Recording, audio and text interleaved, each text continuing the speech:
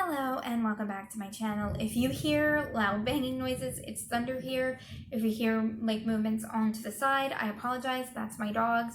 Normally we would record outside. It's pouring down rain and obviously I can't do that.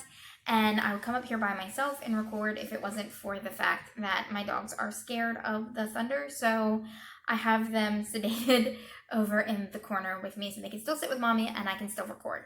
But we need to talk about, for our hot topics, oh, and here comes one right now. Hi, Ellie. Yes, hi. Hi, Ellie.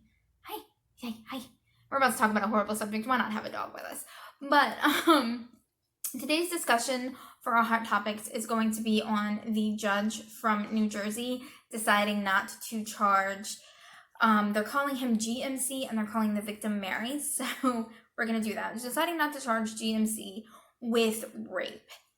And how he came to this conclusion and how this proves an antiquated system and an unfair, just an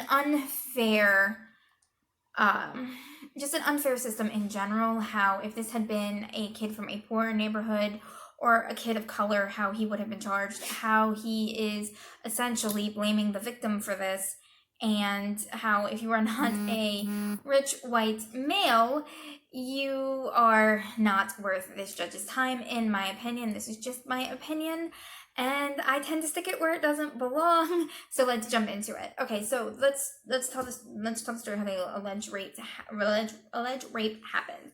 Mary went to where she got incredibly drunk, and she was throwing up. She was just extremely intoxicated, vomiting.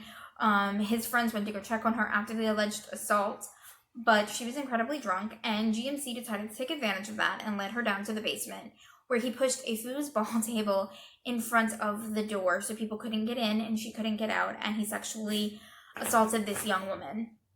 By sexual assault, I don't mean the judge's definition of sexual assault, I mean rape. And not only did he rape Mary, but he then decided to film it and send it to his friends, and the caption read, "When your first time is rape." To me, that is a confession. That's not a 16-year-old being a 16-year-old and playing it up to his friends. No, that's a kid bragging about raping a woman. And he sent this to his friends, and Mary the next morning couldn't figure out why she had bruising and tearing and just uncomfortable. She had an uncomfortable feeling that she might have been sexually assaulted. And then she found out about this video, and her parents and her asked this young boy to stop sending this video out to people, and only then did she press charges. In my opinion, she should have pressed charges immediately, but that was her decision. She, at that point, was the time that she pressed charges. So it was brought in, because the boy is 16, it was brought to juvenile court, and this judge decided that the boy came, this is what he said, and this is what makes me so angry, and we're going to get into why it makes me so angry in just a second, but we have to get into what the judge actually said. The judge said that, 1, the boy comes from a good family, he makes good grades in school, he's a candidate for a good college. And I'm sitting there going, as I'm reading this, are you kidding me? Just because you make good grades, you're a candidate for a good college, and I think the other thing he said was he's an Eagle Scout, does not excuse your behavior. It does not allow you a free pass at raping another human being. And the judge is just sitting there acting like this is no big deal. And he made this decision. And it goes to this culture where if you are affluent and you are white, you can get away with murder. And you cannot tell me that this kid would not later on get another girl drunk and rape her. This is a very, very early systematic cruel behavior coming from this boy. It's very clear to me and to the prosecutors that this boy was doing something absolutely disgusting, and he knew what he was doing. He knew the intent. By pushing the foosball in front of the table, that shows intent. By videotaping it, that shows the maliciousness of it. For him sharing it with his friends shows a vindictive and bragging nature, and he has no remorse for what he did to this young girl, because he's bragging about it. And then for the judge to be like, oh, well, he comes from a good family, that completely excuses it. And then he asked if the prosecution had talked to the young girl and her family about what this would do to his life, to the rest of his life, having to register as a sex offender and all these other things. And in no means did he even questioned the girl's ability to consent, saying she could not have been as drunk as she was. That is not his job to decide. It is not his job to decide the case. That is the jury's decision. He had no right to do what he did. He had no right to decide the case. He had no right to essentially let this young man off. And what was even more disturbing is what he classified as rape. The only way you can rape someone is by holding them at gunpoint, dragging them into an abandoned shed or house, and threatening their life with 2 or more people.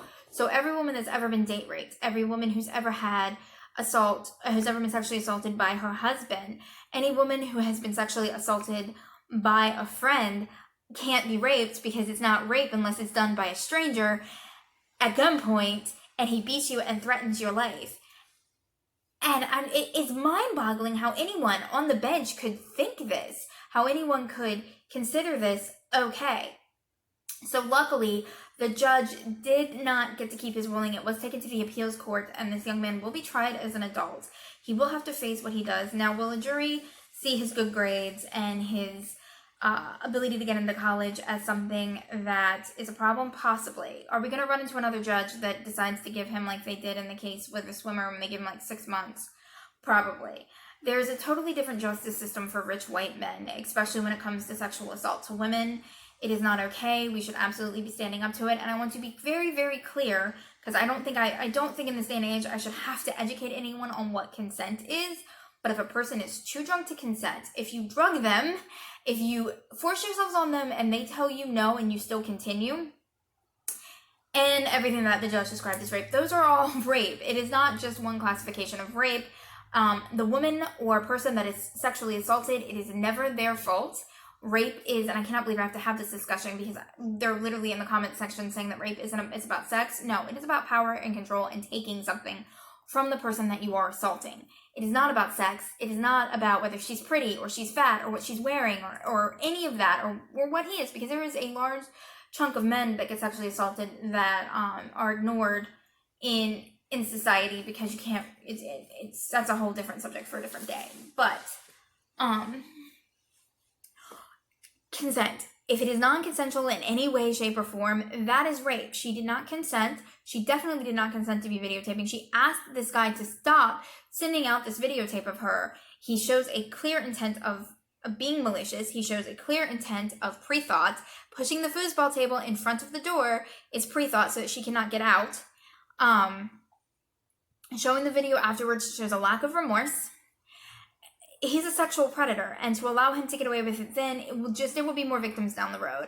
And had the court not overruled him, the district court not overruled him, the judge, then this kid would have sexually assaulted more people in the future. So I say good on the court. Hopefully the judge that gets the case in the future understands the severity, and we need to keep the conversation open about not downplaying sexual assault like we have a tendency to do, not blaming the victim, not saying she wasn't my type, not saying she was asking for it because she was in a short skirt, or any of those things. It's never the victim's fault, and we need to push that narrative more than we are pushing the narrative of what about the young man, because he gave no thought to what he was doing to her, how it would affect the rest of her future, and she has every right to want justice and not give a flying frack about his college applications or him having to register as a sexual predator, because he is one and he victimized her. And that's all I have to say on that. And I will see you later.